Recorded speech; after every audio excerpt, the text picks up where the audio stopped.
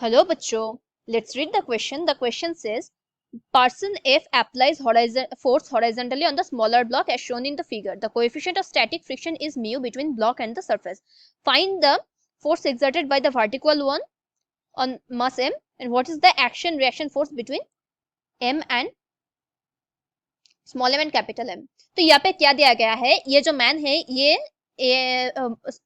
Small M मास के ऊपर force दे रहा है और स्मॉल एम और कैपिटल एम ये दोनों मास एक दूसरे से जुड़ा हुआ है और कैपिटल एम मास के पास एक दियाल एक वॉल है।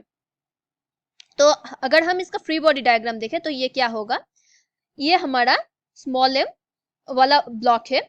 अब ये मैन इस ब्लॉक पे फोर्स दे रहा है। अब यहाँ पे एक कैपिटल एम ब्लॉक है, तो अगर ये मैन इस ब्लॉक को धक्का दे रहा है तो फिर क्या होगा, ये जो सरफेस है यहाँ पे क्या होगा, इस ब्लॉक के ऊपर ये कैपिटल एम वाला मास एक रिएक्शन फोर्स देगा, क्योंकि अगर मैन इस ब्लॉक को पुश कर रहा है तो फिर क्या होगा, ये छोटा वाला ब्लॉक भी ये बड़ा वाला ब्लॉक को पुश कर रहे होंगे। तो उसके लिए ये बड़ा वाला मास इस छोटा वाला मास को एक ऑपोजिट रिएक्शन फोर्स देगा। वो क्या होगा, वो हम मान लेते हैं R1। अब ये बॉडी ग्राउंड के ऊपर इस डायरेक्शन में मूव कर रहा है, तो फिर ग्राउंड क्या करेगा, ग्राउंड इसको भी एक ऑपोजिट फोर्स देगा ऑपोजिट डायरेक्शन में, वो है फ्रिक्शनल फोर्स। तो फ्रिक्शनल फोर्स इस डायरेक्शन में काम करेगा। तो अगर हमें पता है कि sum of all forces is equal to 0, तो अगर हम इस डायरेक्शन में देखें तो इस डायरेक्शन में कौन सा फोर्स है, सिर्फ capital F for block M।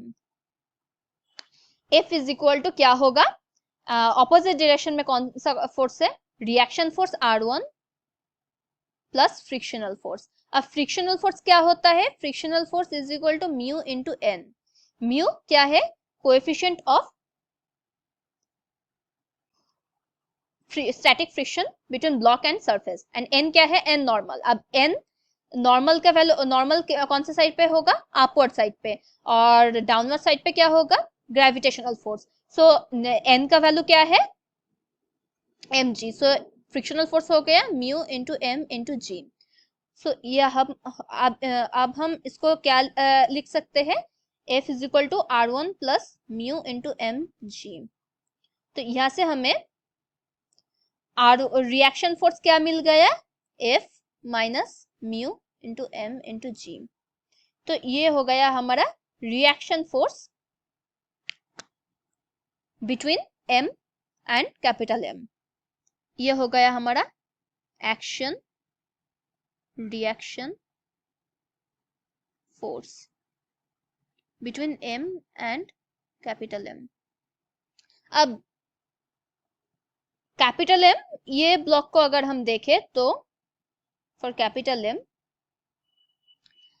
अब ये रिएक्शन फोर्स, ये कैपिटल ब्लॉक ये रिएक्शन फोर्स स्मॉलर मास को दे रहा है। अब ये स्मॉलर मास भी थोड़ा धक्का कैपिटल M को दे रहा है, तो ये भी रिएक्शन फोर्स होगा R1। अब ये बॉडी क्या कर रहा है, ये जो वॉल है इसको फोर्स दे रहा है, इसके लिए ये वॉल इस कैपिटल M मास को ऑपोजिट डायरेक्शन में फोर्स देगा, ऑपोजिट डायरेक्शन में, इस डायरेक्शन में फोर्स देगा। ये हो गया हमारा R2। और अगर ये मास ग्राउंड पे ऊपर मूव कर रहा है तो ग्राउंड इसको क्या फ्रिक्शनल फोर्स देगा, और उसका डायरेक्शन क्या होगा, ऑपोजिट डायरेक्शन, इस डायरेक्शन में फ्रिक्शनल फोर्स।